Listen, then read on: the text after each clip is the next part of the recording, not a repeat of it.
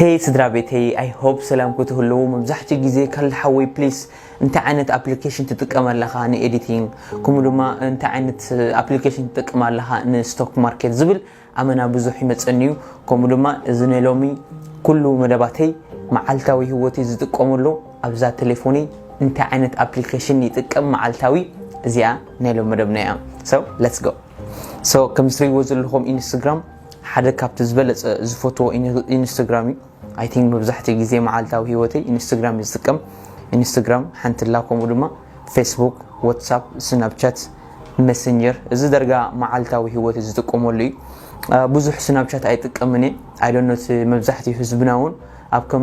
سناب شات قال بزح يلن مثلني جن كأنا حجي recently أو فيديو بزح جزء يقولكم زلخو كمودما يوتيوب of course يوتيوب تليجرام ايميل انا ايميل مبزحتي جزي تقمي جن ابيناي انت اشمو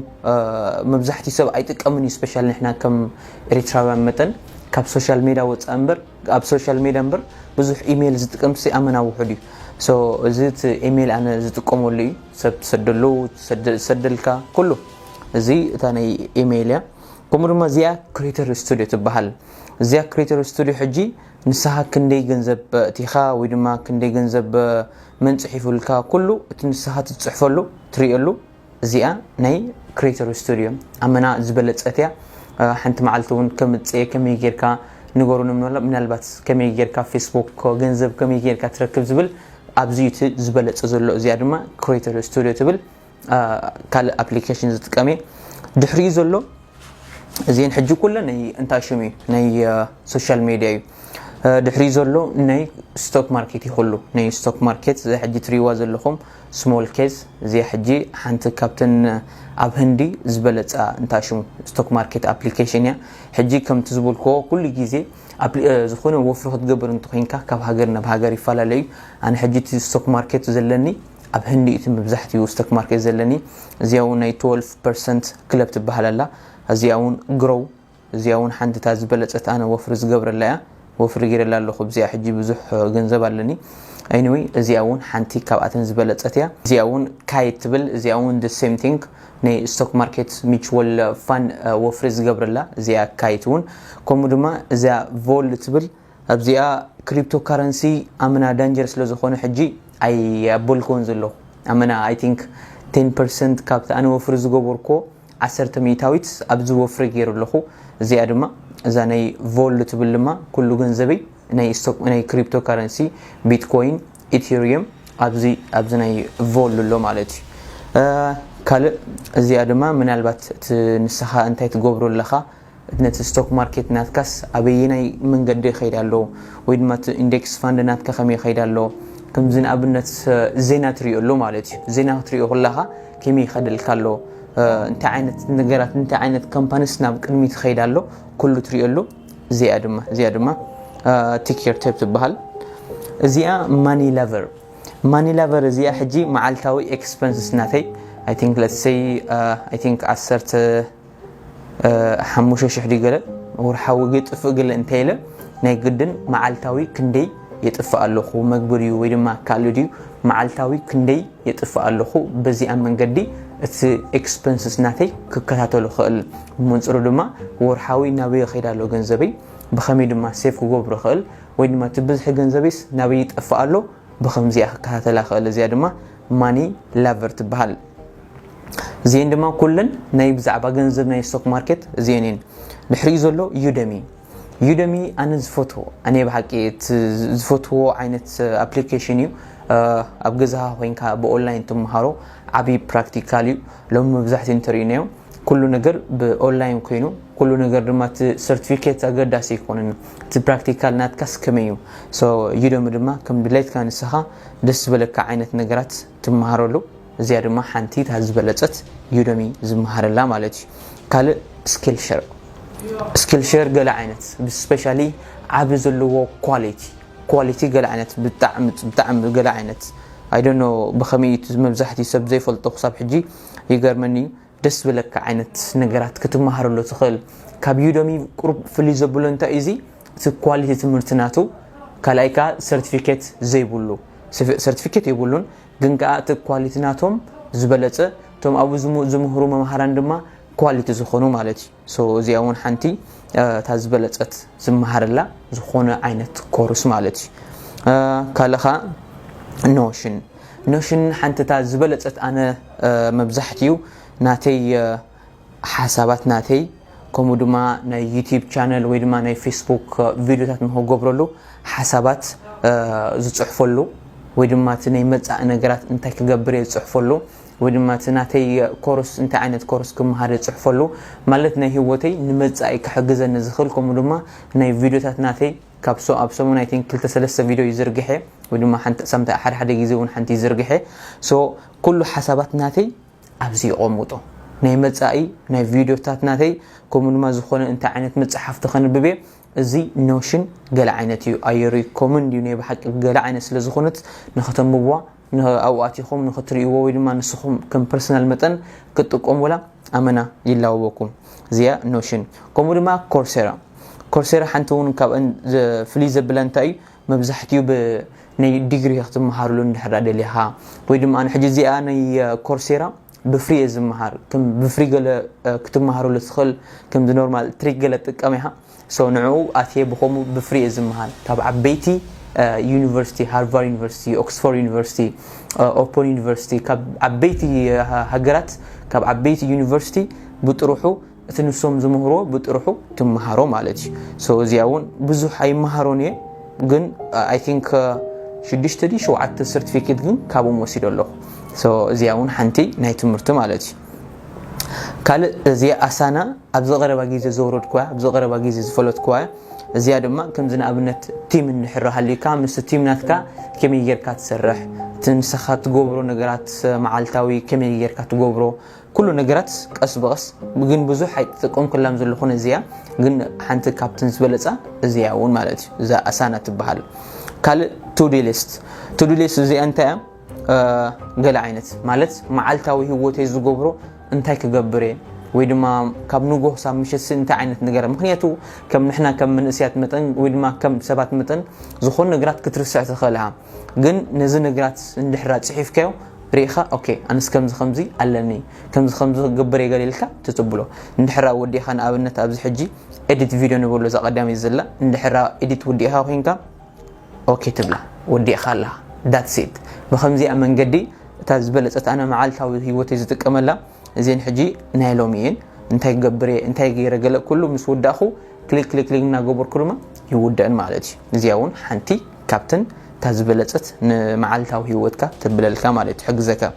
ካልእ ናይ ዲጂቶክስ መዓልታዊ መብዛሕትኡ ግዜ ሰብ እንታይ እዩ መዓልታዊ ኣብ ቴሌፎንካ ትውዕል ሙሉ መዓልቲ ገስካ ኣብ ቴሌፎን ስለ ትውዕል ክንደይ ትጥቀማለኻ መዓልታዊ ሰብ ኣይትፈልጥን ኢኻ ሶ ሕጂ እዚ ሎሚ ኣነ ዝጥቀመሉ ዘለኹ 3 ሰዓት ኦልሞስት 4 ሰዓት ተጠቂሙ ኣለኹ ማለት እዩ እዚ ድማ ዝተጠቀም ኩሉ ኣፕሊኬሽን ኣይና እዩ ሶ ብኸምዚ መንገዲ ንስኻ ክንደይ ሰዓታት መዓልታዊ ትጥቀማለኻ ቴሌፎንካ ንምፍላጥ እውን ዓቢ ይሕግዘካ ማለት እዩ መዓልታዊ እንድሕራ ዘይፈሊጥካ ኣኺልካ እዩ ሶ መዓልታዊ ክንደይ ይጥቀም ኣለኹ ንኣብነት ትማሊ 5 ሰዓት እንድሕራ ተጠቂመን ንኽጉድል ይሕግዘኒ ወይ ድማ ናብይ ይኸይድ ኣለኹ እንታይ ዓይነት ይርኢ ኣለኹ ንኽፈልጥ ይሕግዘኒ ማለት እዩ እዚኣ እውን ዲጂቶክስ ትበሃል ካልእ እዚኣ ኣነ ደስ ክትብለኒ ማለት እዚኣ ቻሌንጅ እዚኣ ናይ ኣላርም እያ ካብ ኣላርም ፍልይ ዘብላ እንታይ እዩ ንኣብነት ሕጂ እዚኣ ሰዓት 5 ፍርኣን መሊእና ኣለና ንብል ኣብዚኣ ሕጂ ቻሌንጅ ተእትወላ ቻሌንጅ ትብል ዘላ ንኣብነት እዚኣ ሕጂ ማትስ እንድሕራ ኢልና ሕጂ ንኣብነት እዚ ትሪእዎ ዘለኹም ቀሊል እንድሕራ ክትገብሮ እንድሕራ ደሊኻ ጽቡቕ እንድሕራ ዘይኮይኑ ግን ከቢድ ዝኾነ ነገራት ተእትወሉ ሕጂ ንግሆ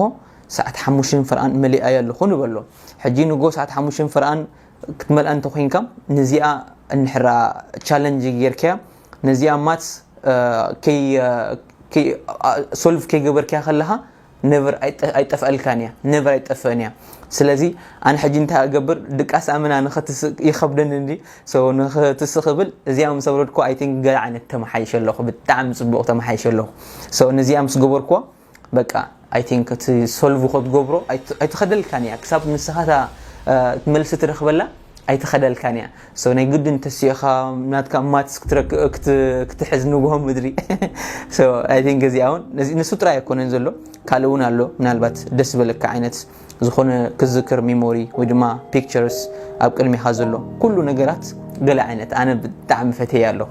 ሶ ንጎውን ቀልጢፍካ ንኽትስእ ትሕግዘካ ሓንቲ ካብኣተን እዚያ ናይ ኣላርሚያ ቻሌንጅ ኣላርም ትበሃል ማለት እዩ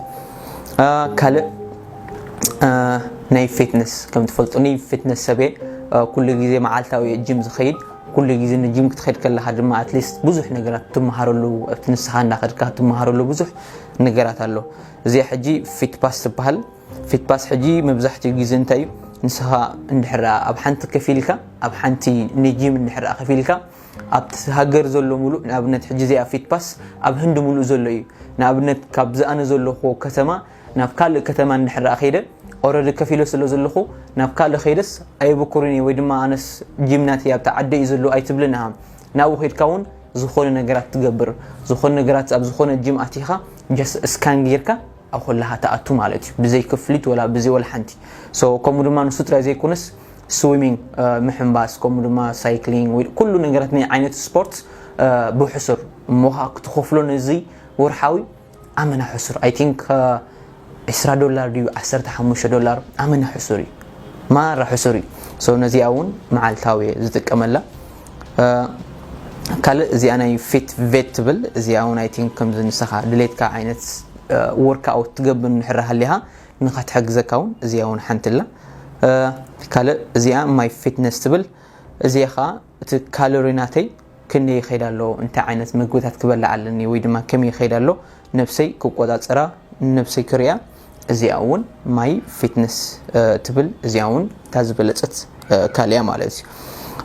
ካልእ እዚን ክልተ እውን the same thing ዘናይ six pack and strong ትብል እውን the same thing መዓልታዊ ክንደይ ሰሪሕካ ከመይ ጌርካ ገለ ኩሉ ነገራት ዝሕግዘካ እዩ ማለት እዩ እዚኣ እውን ከምኡ ናይ six pack ሶ እዚን ናይ ፊትነስ ማለት እዩ ካልእ እዚኣ ናይ ፎረስት ትብል ፎረስት ኣነ ኩሉ ግዜ መጽናዕቲ ክገብር ከለኹ ከምዚ ንኣብነት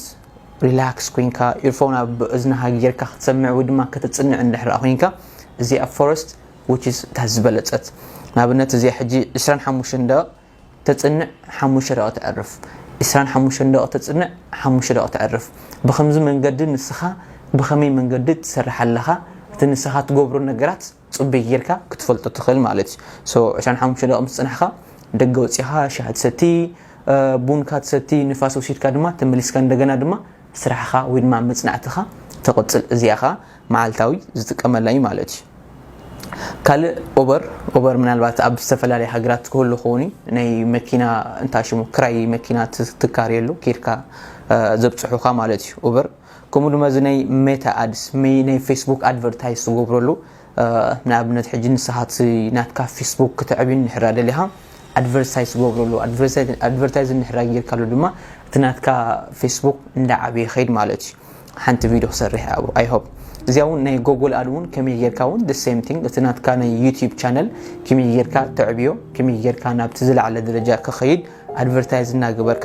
ናይ ጎግል ትኸይድ ማለት እዩ እዚኣ ናይ ፍላይት ትሬደር ትብል አይ ቲንክ እዚኣ መብዛሕትኡ ሰብ ይጥቀመላ ዲዩ አይ ዶንት ኖ ግን ኣምዝና ኣብነት ኣየር ኣብ ሰማይ ኣበይ በፂሓላ ንኣብነት እንድሕራ ሰብካ ወይ ድማ ቤተሰብካ ዝመፁ እንድሕራ ሃልዮም ናታ ናምበር እንድሕራ ሃልዩ ካናይቲ ኣየር ሶ ኣበይ በፂሓላ ኣበይ ናይ መንገድላ ንኽትፈልጥ ትሕግዘካ እውን ሓንቲ እዚኣ ናይ ፍላይት ትሬደር ኣላ መዓስ ኣትያ መዓስ በፂሓ ኣበይ ናይ መንገድላ መዓስ ክትኣትያ ኩሉ ትነግረካ ማለት እዩ ሶ ኣብ ዝተፈላለዩ ሃገራት ዘለዋ ኣብ ዓለም ሙሉእ ዘለዋ ኣየር ታናታ ኣየር ናምበር እንድሕራ ጽሒፍካ ኣበይ በፂሓላ መዓስ ክትኣትያ ናብቲ ሃገር መዓስ ተበጊሳ ኩሉ ትሕብረካ ማለት እዩ እዚኣ ናይ ፍላይት ትሬደር ትበሃል እዚንካ ኮሜን ማለት እዩ ካልእ እውን ኣላ እዚኣ ናይ ላይትሮም ናይ ስእልታት ኤዲት ዝገብረሉ እዚኣ እውን ላይትሮም መብዛሕትኡ ግዜ ኣብዝን ወይ ድማ ስናፕሲድ ዝገብር ኣነ ዝገብሮ ነገራት ኩሉ እቲ ናይ ኤዲቲንግ ወይ ድማ ኣብቲ ታምብኔል ኣብ ፌስቡክ ዘሎ ኩሉ ኣብዚ ዝገብሮ ኮሎሮ ድማ እዚኣ ምናልባት ሕብርታት ተቀያይረልካ ካብ ካልእ ዝነበረ ሕብርታት ናብ ካልእ ዘሎ ሕብርታት እንዳቀያየረት እቲ ንስኻ ትደልዮ ዓይነት ስእልታት ክኾነልካ ኮሎሮ ትብል ሓንቲ እውን እታ ዝበለፀት ኣነ ዝፈትዋ ማለት እዩ ኣብዚ እቲ መብዛሕትኡ ስናፕሲድ زياتا قند مبزحتي غيزه نسوشيال ميديا ناتي كنت قومولو زخل عينت فيديو ناتي زي سو سنابسيت دما which is fantastic قال عينت كانفا بزح يتقومولوني ግን አሉ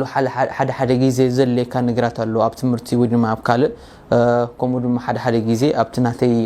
ናይ ዩቲዩብ ቻነል ወይ ድማ ፌስቡክ ንኽሕግዘኒ ኤዲቲንግ ዝገብረሉ ዝኾነ ዓይነት ናይ ታምብኔል ወይ ድማ ዝኾነ ነገራት ንኽገብረሉ ዝሕግዘኒ ዝያውን ሓንቲ ካንቫ ላ እዚ ድማ ኤዲቲንግ ትገብረሉ ማለት ስልታትናትካ ወይ ድማ ካለ ዓይነት እዚኣ ናይ ሪሙቭ ባክግራውንድ ትብልማ ዝኾነ ዓይነት ባክግራውንድ ኣብነት ካለ ባክግራውንድ ንሕራሃሉካ نت باكجراوند تعاليلك زياون which is كال معلتاو زقملا مالتي دحري زلو دما زوماتو زبل I think اب هندي زلو نسو دما همز مغبت زلو حد نيركا دغخت بل انحراخينكا بزيا دما تزز مغب مالتي زاني اوربان كامباني تبلما ناي اب غزاخا زليكا نغرات نابنت مقام ديو ويدما صريد ديو ويدما زخون اب غزاخا منالبات نختعريكم كاربنتر عينت ناي اونلاين كاربنتر ناي غزاخا نبره زخون نغرات